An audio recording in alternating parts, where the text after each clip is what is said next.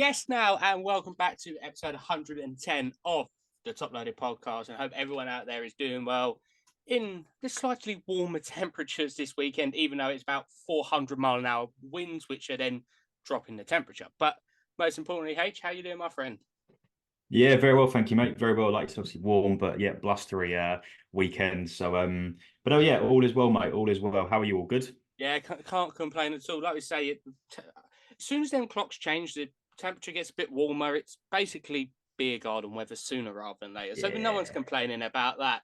But obviously, before we get into this episode, I just want to say a massive thanks yet again to the guys over at Third Down Displays for powering up this episode of the Top Loaded Podcast. Whether you want card supplies, look, this is one I prepared earlier.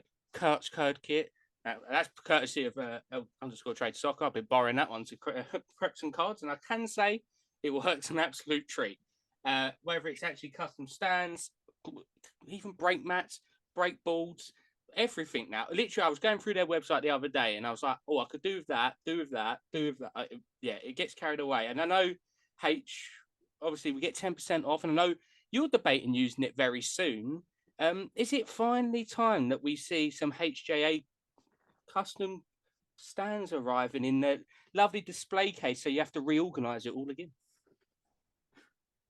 Yeah, I think it's about time. I think I've got one of the London Card Show stands. So I think I need to long overdue get some podcasts and obviously personal card stands made up. And obviously using the code TTP10 obviously to get 10% off. But yeah, I think I will have to break the spell and get some custom card stands made up. Long overdue, like I've said, it's been far too long. I need to get some made up. Yeah, definitely. Like I say, if you head underneath the post on our Instagram or the link in our bio, take you straight over to the guys at Third Down Displays where you can purchase anything you want. And like we say, using TTP10 at checkout, we'll get 10% off anything you order. But we thought this week I've had quite a few interesting discussions over the past 7 to 14 days about how the UK side of the hobby's going, whether it's plateauing, is it still growing, is it slightly diminishing? And I thought it was quite an interesting topic. So we're going to cover it today. And we're going to break it up into different aspects of it. We've done this before, and obviously you can see it's split up into like buy, sell, and all this. But the first area I want to talk about, and it's the interactive experience. Obviously, we had Vogt, we had now it's Whatnot. They own sole market share of it in the UK, and obviously we know Fanatics Live is coming. We speculate is coming within the next 6 to 12 months, if not earlier. But do you think the Whatnot?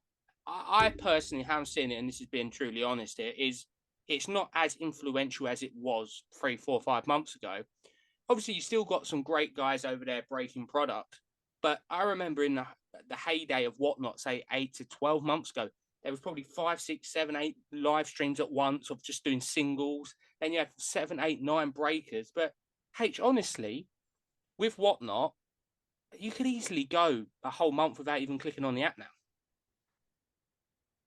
Yeah, and I think this is what we touched on. I know obviously when we first started talking about Whatnot coming to the UK, I think we said, at one point it was, it's a very flooded platform. Like we said, obviously you had obviously your main front runners that obviously were the bigger breakers on the app. And then, for the people that are starting out or obviously smaller breakers trying to get onto the app and obviously trying to get obviously a platform running was obviously a lot harder to do so when you've got some of the big breakers obviously are all streaming at the same time. And I think as a result of that, over the course of the last 6 to 12 months, it's just sort of proven that because people have tried to go into Whatnot, haven't got the right platform, the right support, the right viewings, the right sort of base in general, and they're just sort of gone, I can't keep doing this.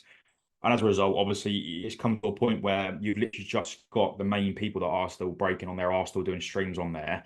And everyone else that's tried and failed, obviously, have just packed it in. So I think it's something that obviously we first spoke about when, like I said, when Whatnot was coming into the UK in terms of how that could have an effect on breaker streamers, people that are in the hobby, in terms of obviously how flooded it probably was at a certain time. And I feel like as a result, it's sort of just plateaued off a little bit in terms of the way that the platform's being used, who's using it, how frequently it's being used, and it's not a bad thing, obviously, to a certain extent in terms of how much popularity was on there at a point.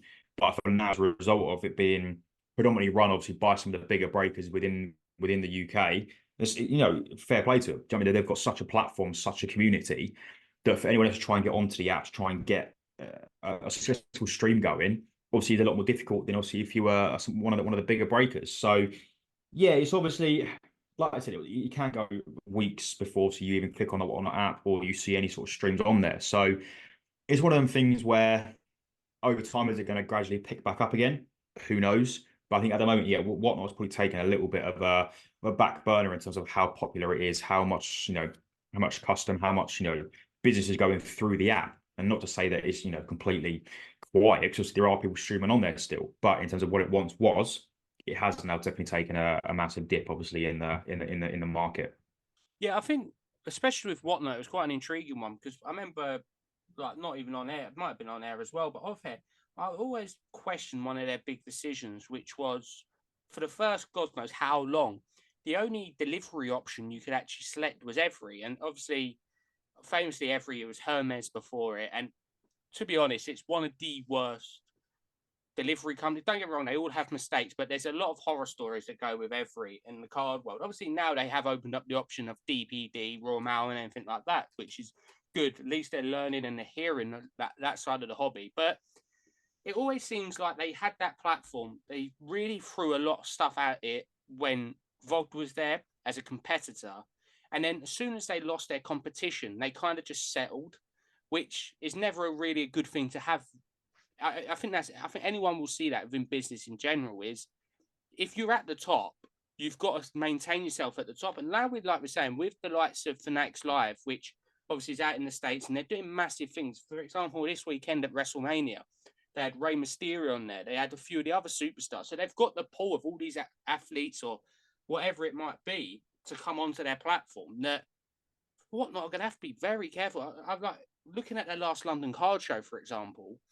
You see their presence at every single show before that. They had the spinning wheel giving out free bits, a whole streaming area.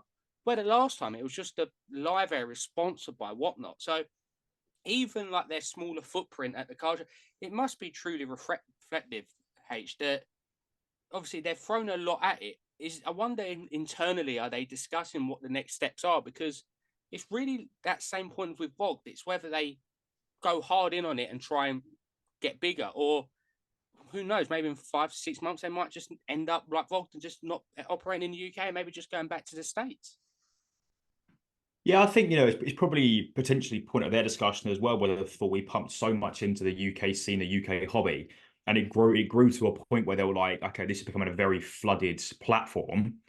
Whether they've then taken a step back, and as a result, the hobby's taken a step back, and then they now think, what do we do next? Do we go full steam ahead again? I don't know. But it's definitely, you know, an interesting topic at the moment, and I think as well, obviously, you know, when I'm 99% sure it was Whatnot was when they introduced Clana.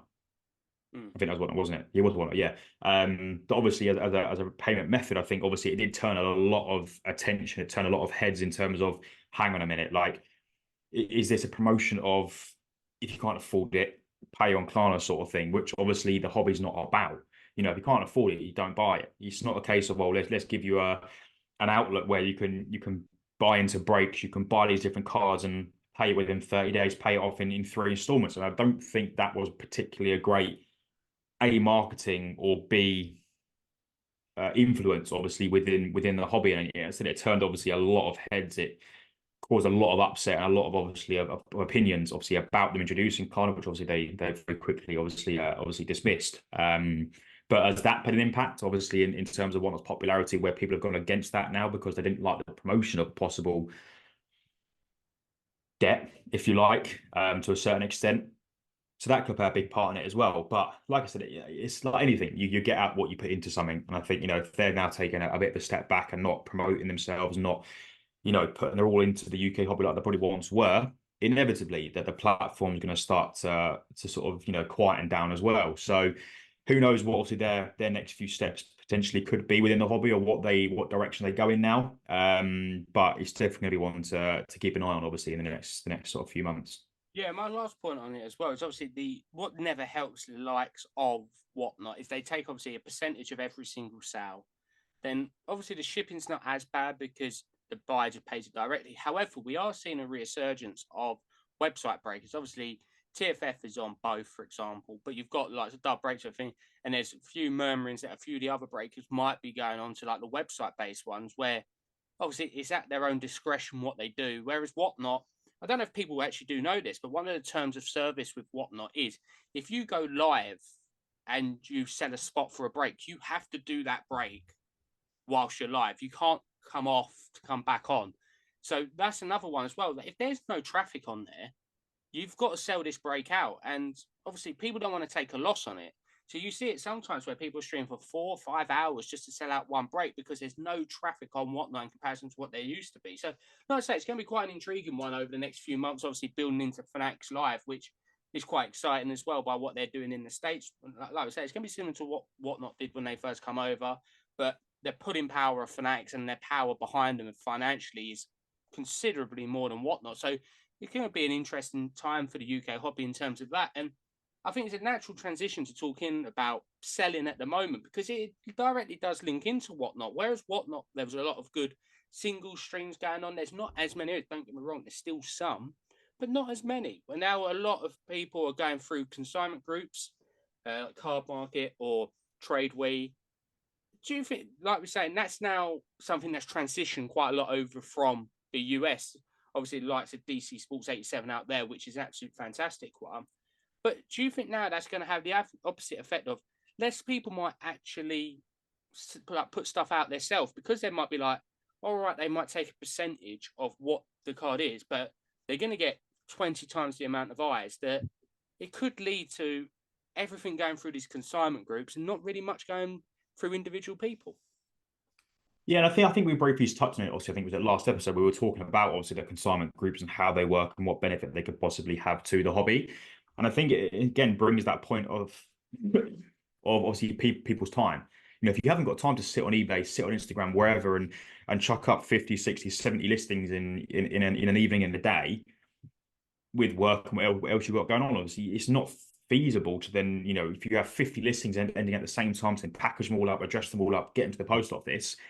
The easiest then next solution is to send them to a consignment service like, for example, Tradeway, where they do it all for you. You send the card to them, they list it up, they picture it, they post it off, you know, and you get obviously a margin obviously of what the card sold for. So, you know, whether, you know, I think lazy is the wrong word to use, but just in terms of maximizing sales, maximizing obviously the amount of people that can physically see that particular card you're trying to sell, unless you've got obviously a big eBay platform profile, obviously the next best bet is to go through these consignment services.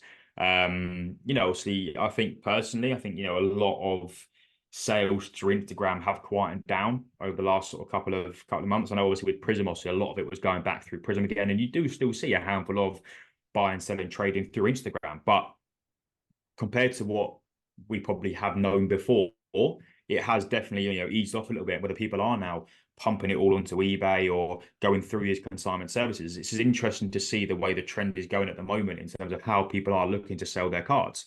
You know, obviously you saw, I said, obviously a massive increase, obviously when Prism was also released last month. And, you know, perhaps it is now then gradually starting to die down again until the next release. But yeah, I think, you know, at the moment, in terms of logistical sense, in terms of time consuming, these consignment companies obviously must be obviously at the moment becoming very successful because people just either don't have the time to list up these many cars onto eBay and then have the time to package and post them, deal with anything that hasn't arrived, etc., etc. Whereas, you know, you post a card off to these consignment companies and you put your hands up, put your feet up, and you wait for it to sell. So yeah, it's interesting to see the way the trends are going at the moment. People buying, people selling. Sorry. But yeah, I mean, who knows also where the trend's going to go next. Yeah, like I say, I think it's quite a pivotal year within the UK, and that's why I thought we'd do this actual special episode on it, because it's very much a different landscape in comparison to this time last year. That quite a few of the breakers have been bought out by certain companies within the UK, so there's a lot less breakers, or they're just breaking for another company. Like you say, now we've got more consignment groups popping up. It is really materializing into a lot. Obviously, people realizing there's money to be made within the hobby, so it's their business is being set up. And I think no one can ever say a bad word about someone setting up a business because, like, at the end of the day, it's very clever. Being an entrepreneur is a very big thing. And for the UK scene, we did say this a lot. Like, it was going to be the people who take the bull by horn, so to speak, that were going to reap the rewards. We see that with certain breakers. Now we're seeing it with certain people. And now going into the next topic, which I think is grading, which is quite an intriguing one because obviously there's always been middlemen services. Okay, people now are doing it by themselves, but still, if you go sub to PSA and it's a special, you need membership, then you need to cover postage, and then you need to cover shipping insurance, and then shipping back and customs. So it's a lot more to it. So middleman service is always going to be easier in the UK until they set up a UK or European office or whatever it may be. So, H, obviously, the grading side of it, there's a few bigger players within the scene. Obviously, you've got Subcenter, which were more based in TCG, which are now obviously branching out into sports, which have become the official middleman service of the London Card Show this week, who have actually got a store in Kent.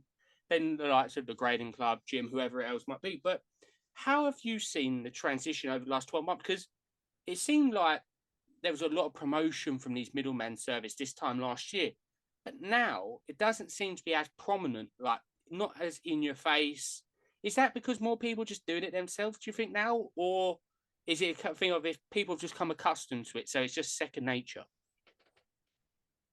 I think it possibly could lean more towards the latter. I do think that, grading probably is at probably its peak at the moment. So a lot of people are grading a lot of cars, and I said where you've got these middlemen services that obviously cut out all of the nitty gritty bits and pieces with it.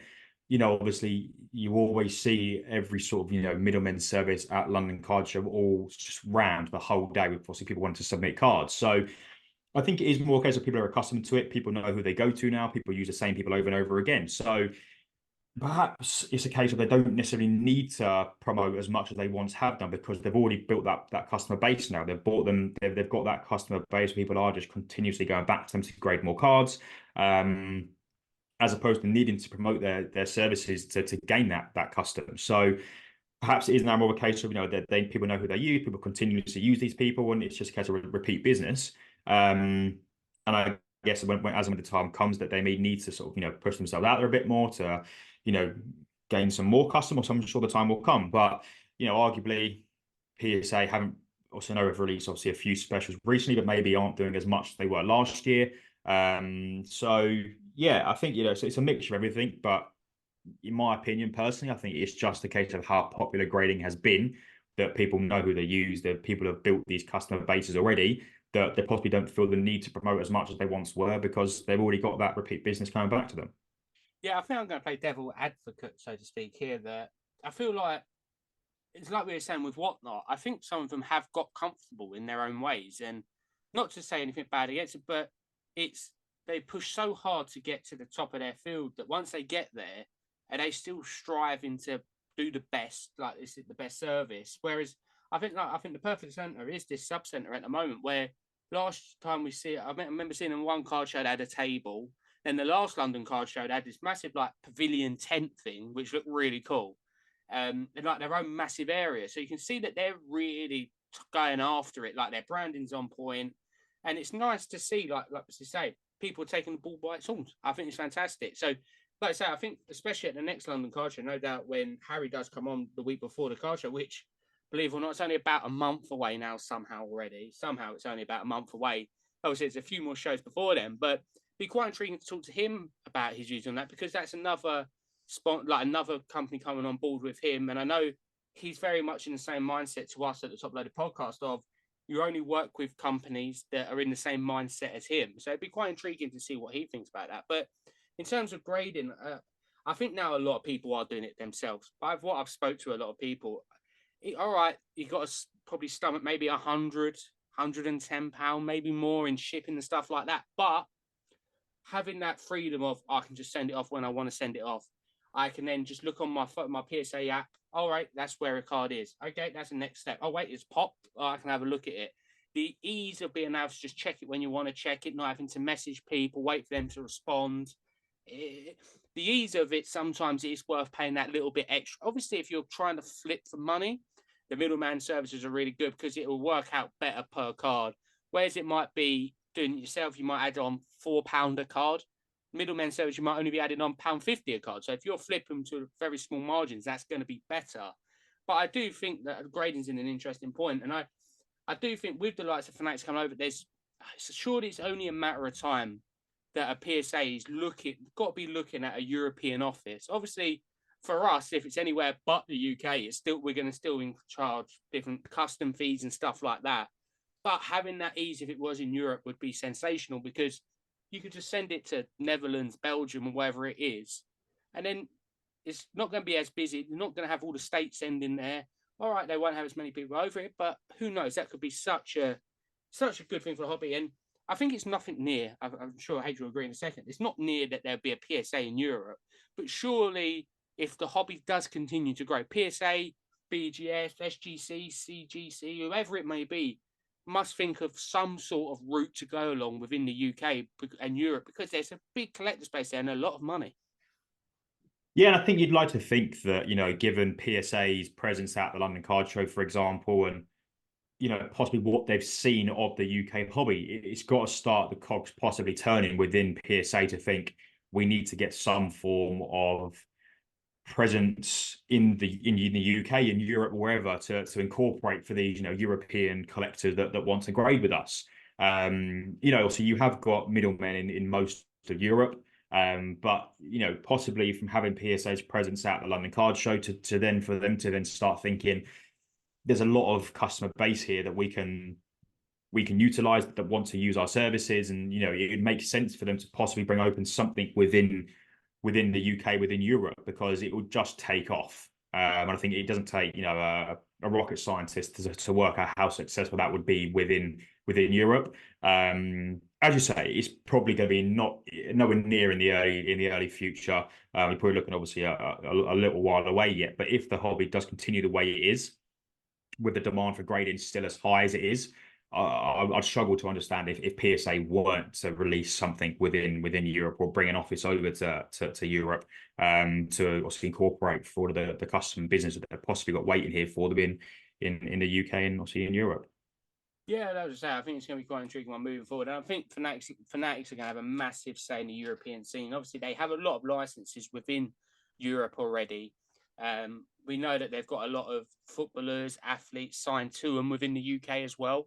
So I feel like they're going to make a big push. We've seen obviously their CEOs come over in the past anyway to the UK. Check out Kaboom store in London. He's also, I think, flirted around with, I've heard him in podcast stuff, saying the European market is untapped. And obviously such a lion's share of the product goes to either Asia or America, that it's got to be time that we do get allocation, but it's only a fraction of what it is elsewhere. So hopefully we manage to get our allocation up for boxes, cases, whatever it may be, so more people, but more importantly, not everything to breakers. That's the one thing that I think frustrates a lot of people, where the everyday person within the hobby can't get a box on the raffle system, but they see a breaker who gets 17 cases. Don't get me wrong. If you're a business, you're always going to go to a breaker who's going to give you high quantity of purchases every time. However, if without the person who's collecting every card buying into break, the hobby's not going to happen. So they've got to remember at the end of the day that people who want to buy the cards want to buy boxes as well, and just increase the actual giving out on the raffles a little bit more, that you're not forced upon going into breaks to try and get the cards you want. Because I know me and you in the past have gone into raffle systems, all that, and been unlucky. But do you think that's something as well to look at maybe in the future? Of surely the allocation for Europe's got to go up slightly more than what it is now. That honestly, if I had to probably guess, and this is not factual, there's no evidence behind it, but if you're looking at the 100% of the boxes, say Prism, I would probably have thought 5%, if that, head to Europe, and it's probably so much more everywhere else. But surely now it's time for Europe to maybe get a bit more cards, especially them big sets, because they're going to sell out anyway. Panini UK website, come on now, get some boxes on there. They've got Score on there and stuff like that, but why not have Prism on there? Why not give us the option of buying some of the highest sets within the UK and not having to go all the way to the US or wherever it is? Yeah, no, of course. I said, obviously, we've seen how popular the demand is for product in the UK with also some of the releases going into Game or wherever, Smiths, etc., etc. So I think for the allocation to be increased into Europe is only going to be a matter of time before Panini obviously starts to reconsider and obviously up the allocation.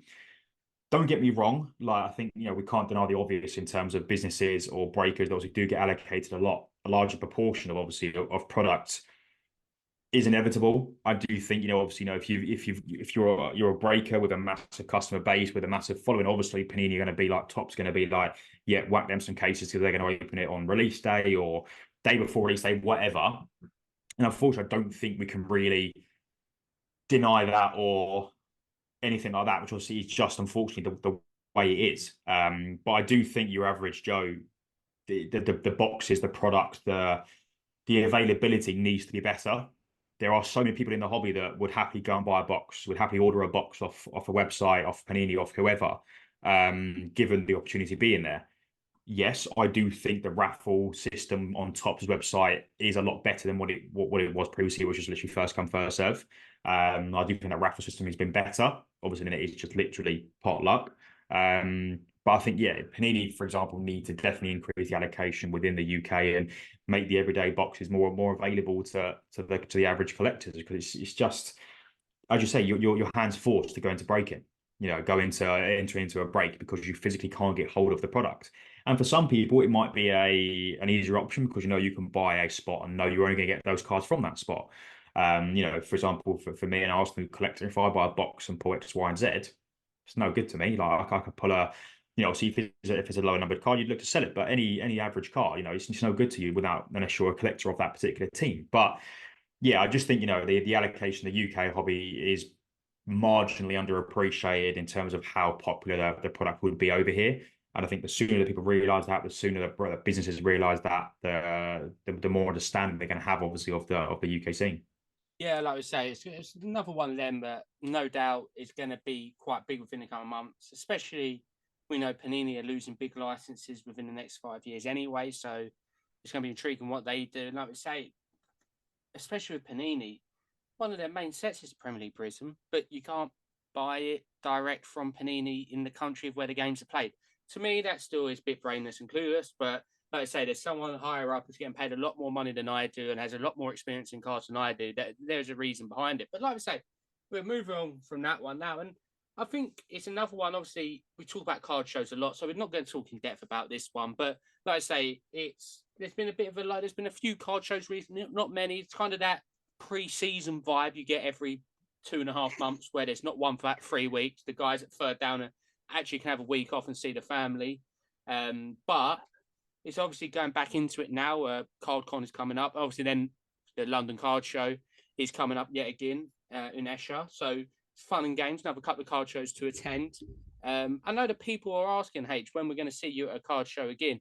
But there was a rumor on the streets that you're actually just not going to bother going anymore until you get to the Nationals. Is that, can I say Sky sources are correct on that one, or are they incorrect? No, that's incorrect. No, that is incorrect. The dream is obviously to get out to a national, to Dallas or somewhere like that. But yeah, I'm very much hoping and 85% sure I'll be obviously at the next London show. Obviously, work isn't particularly what's the correct way to put this? Easy to work around, obviously to get to shows, obviously working weekends. But yeah, I've got a cup final the week before, so I need that Sunday off. So obviously, I'm hoping just to put the weekend off and obviously and be done there and be obviously down in Isha, obviously from the Friday to the Monday. So I will be there regardless on one of the days. There's no doubt about that. I'll make something happen. So yeah, I will be at the next London show. It's not going to be a case of you never see me again. Oh, that's. I'm sure everyone is cheering with Glow, but no. I'd like to know what sources you heard that information from. To be fair, I've got sources everywhere. You see, it was actually breaking news on Sky Sports earlier. That's where I actually. Oh, decent, yeah, decent. Parko Solikov, but he normally does get all the information wrong. So yeah, again, he's probably got that one wrong as well. But no, like we say, it's always quite an intriguing one because I always see. I feel like the hobby is always easy to see in person because you can see the natural change over time every 3 to 4 months of these different shows, or every 2 months. That you can see the trends, how they shift, or what's been buying, what's being sold, the prices, the people. I would say you always get the core 50 to 100 people that you see everywhere, and you know them by name, which is always fantastic. It's always nice to see that extra 1 to 10% of people that you've never seen before, and then you end up talking to them. Obviously, for us, it's always great to see London car shows because they always change. Be venturing to a new couple of different shows as well around the country. I think that's always nice to see how they operate, and hopefully it'd be nice to get out to Germany for one. But like we say, scheduling, you can blame work. I just blame Arsenal because pretty much if there's something happening, it's Arsenal's playing. So the other half live. Yeah, so it's a happy medium there. So like we say, it's always fun and games, especially at the shows. But coming full circle now, and I know we've spoken about it a bit, but the last thing is content creation. Obviously, for us being in that industry, it's great fun. We've seen other shows pop up, other like podcasts. There's a good 5-6 podcasts now, which is absolutely fantastic to see. YouTube as well I feel like we're really going to start breaking through on YouTube in terms of people on it. Obviously, we've got Dan, who's absolutely fantastic. You've got El Toro, who no doubt everyone wants to see back on the podcast. It will happen, don't worry. But like H, he's very busy with work, but no doubt we will be getting him on very soon. And you've got lots of Patrick Mahomes. You've got other guys as well that are doing it. But do you feel like that's still an untapped area, H, that it's the YouTube scene / content creation that you do have people doing it, but obviously it's so much easier in America. You've got a show every weekend. Some of these people are making 10, 15K a show. You can't do that in the UK. That's just not possible. But would you like to see maybe that being branched out to a few more people within the hobby, just even if it's just showing what cars they've been picking up or going live with people? I remember at one point there was weekly lives that people had just talking. It was great fun, but do you think the content one needs to think, all right, everyone's busy, but that's the one thing I feel like the UK, that's the next thing to really start branching out and exploding is the content creation scene. Yeah, I think you've pretty much had the same familiar faces on YouTube in terms of the content creation for the last probably 6 to 12 months. And also they are obviously at the moment the front runners, obviously. Like I said, obviously you've got GBW, you've got Sports Cars UK, Pat Grip, El Toro, obviously that almost lead that line. But I still think there's such a massive area, like you've said, that needs more growth. There are so many people out there that can start making content, whether that be through podcasts, whether that be through YouTube, through TikTok Reels, I don't know. But I still think it's such an area that is waiting for a massive spur. And I think, it's got, I think it will come this year, don't get me wrong.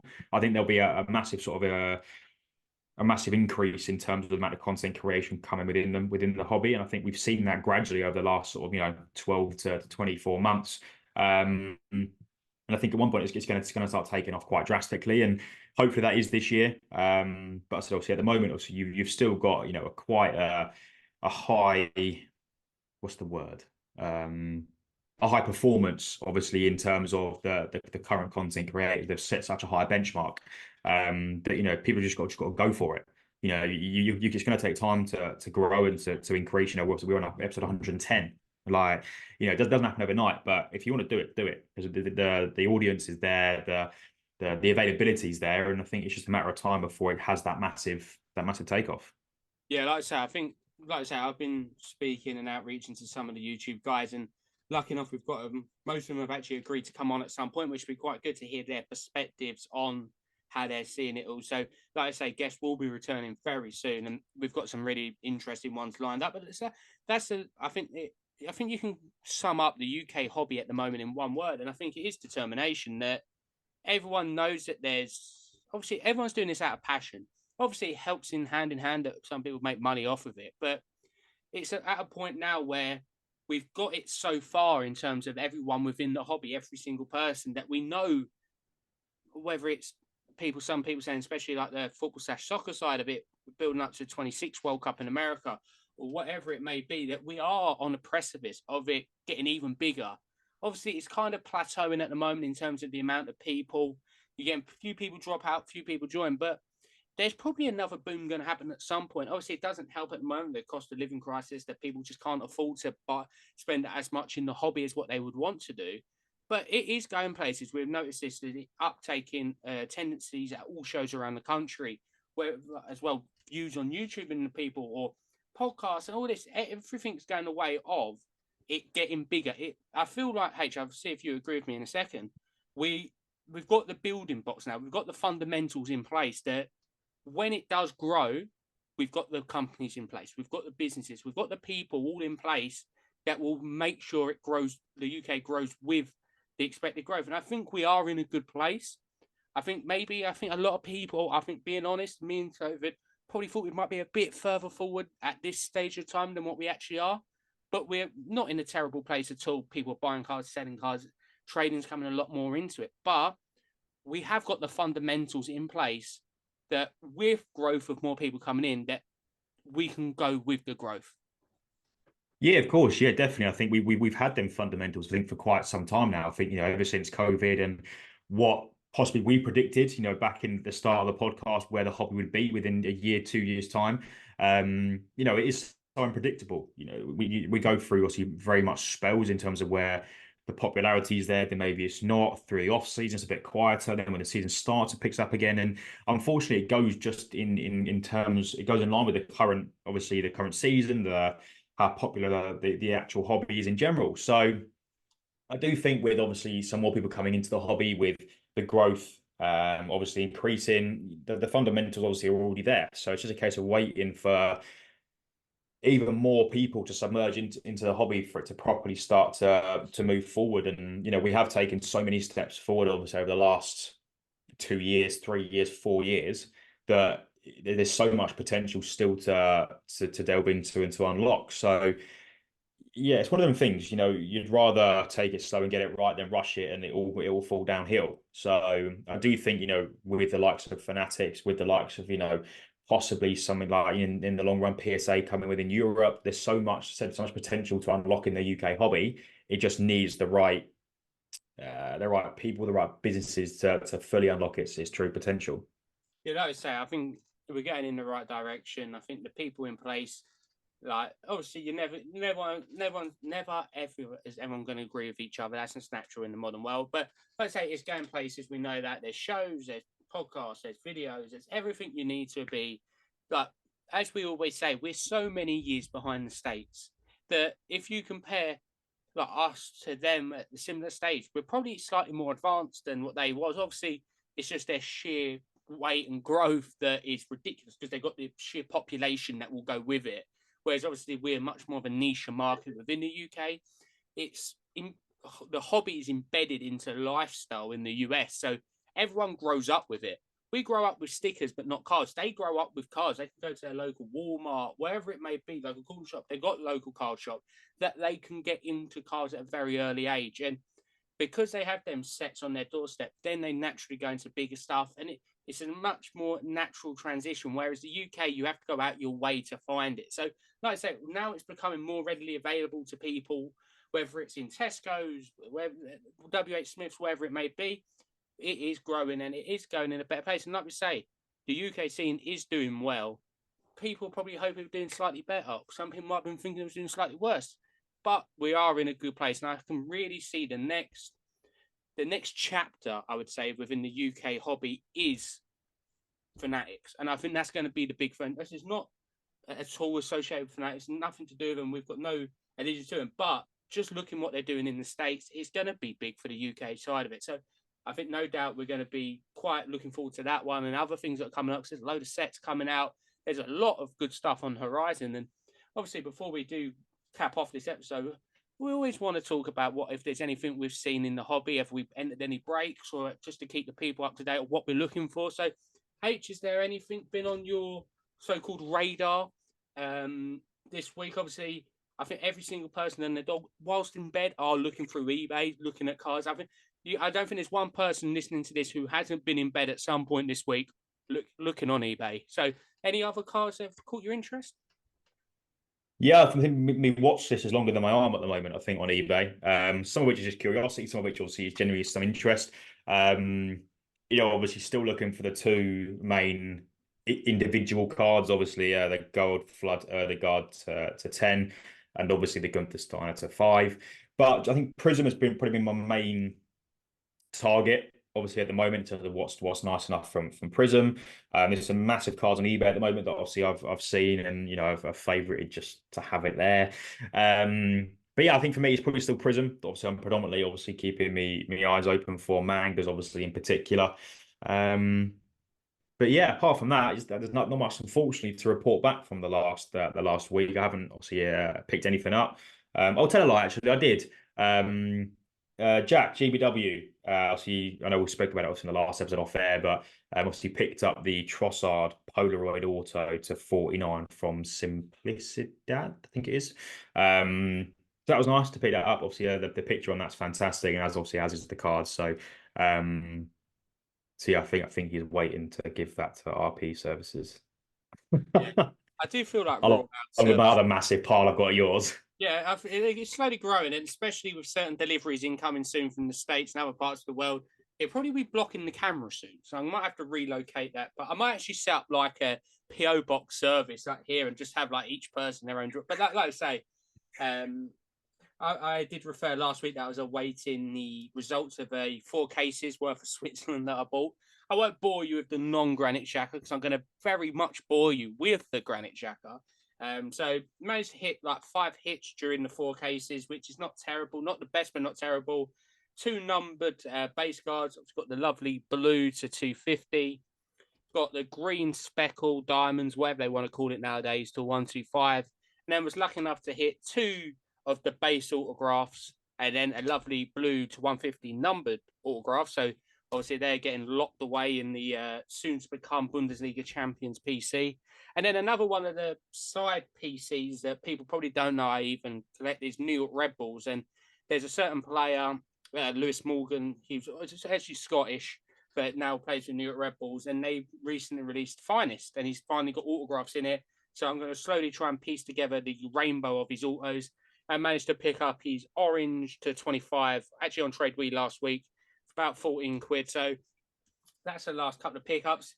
A few purchases that I've made in the States, which when they come over will be revealed, including some, believe it or not, with me, some very nice women's cards, which is it's no shock anymore because that's pretty much the only things I actually do pick up at the moment. But like I say, it's been a very interesting week and I think it's very good to talk about this within the UK. People shouldn't be scared to talk about how they feel. And I feel, especially people that we've been talking to in DMs or via our personal Instagram platforms, is they are quite just want to chat about cards. And I think that's the one thing I'd like to say. And I think I'd like everyone to echo it is, if you want to talk to someone in hobby, just reach out, message her. Our DMs are always open if you want a message, even if it's not card related and you just want someone to talk with, whether you want to chat through something or anything, always feel free to send us a DM. We're always available to talk, no matter what. If it's cards, football, just life in general, always feel free to reach out. As I say, people can always feel alone, especially within the hobby, but don't feel alone. There's always people out there. And H, obviously, recapping this lovely episode, obviously, we've got a few people lined up in the pipeworks before, obviously, card show season does re-roll through. So it's quite an intriguing time for the podcast. And like I say, we've got some things going on behind the scenes, which no doubt we're going to try and grow and get bigger. Like we say, we're not just talking about the UKC, but we want to try and get more involved as well. But it's a great time to obviously be in the hobby, and it's quite an intriguing few months coming ahead. Yeah, definitely. Yeah, definitely. It's definitely a great time to be within the hobby, and some of the things that obviously we got lined up obviously in the next couple of months, and the hobby itself in the next couple of months. Obviously, yeah, it's a great time to be a part of it. Obviously, we're looking for personally, obviously, to be more involved, obviously within the hobby than we already are. So yeah, it's definitely exciting times ahead, and definitely can't wait to see obviously what's in store. I was saying another massive thanks to the guys at Further Down Space for powering up this episode of the Top Loaded Podcast. Whether you want your card supplies, your custom card stands, your streaming stuff, custom backboards, mats, whatever it may be, do go and check them out via the link in our bio or underneath our Instagram post. Their little @ under there, so you can go ahead and click on their page. But do remember, if you're buying anything over there, use the code TTP10 for 10% off everything, especially that it's rolling into card show season. Do always ask them as well, because rather than waiting out for a postman, because most of it won't go through the letterbox, you can actually arrange to get it picked up at shows, which I can tell you for one saves a lot of hassle rather than having to look for raw mail and then you realize it's not coming today, it's coming tomorrow, and then no one's in. So if you are going to a show, reach out to them. No doubt They take it along the show. You can just pick it up there, make it nice and easy. But like I say, I hope everyone out there is staying safe, doing well, and your families are doing well as well. Hope everyone's buying, selling, trading, and all that good jazz. But most importantly, happy hobbying and good night.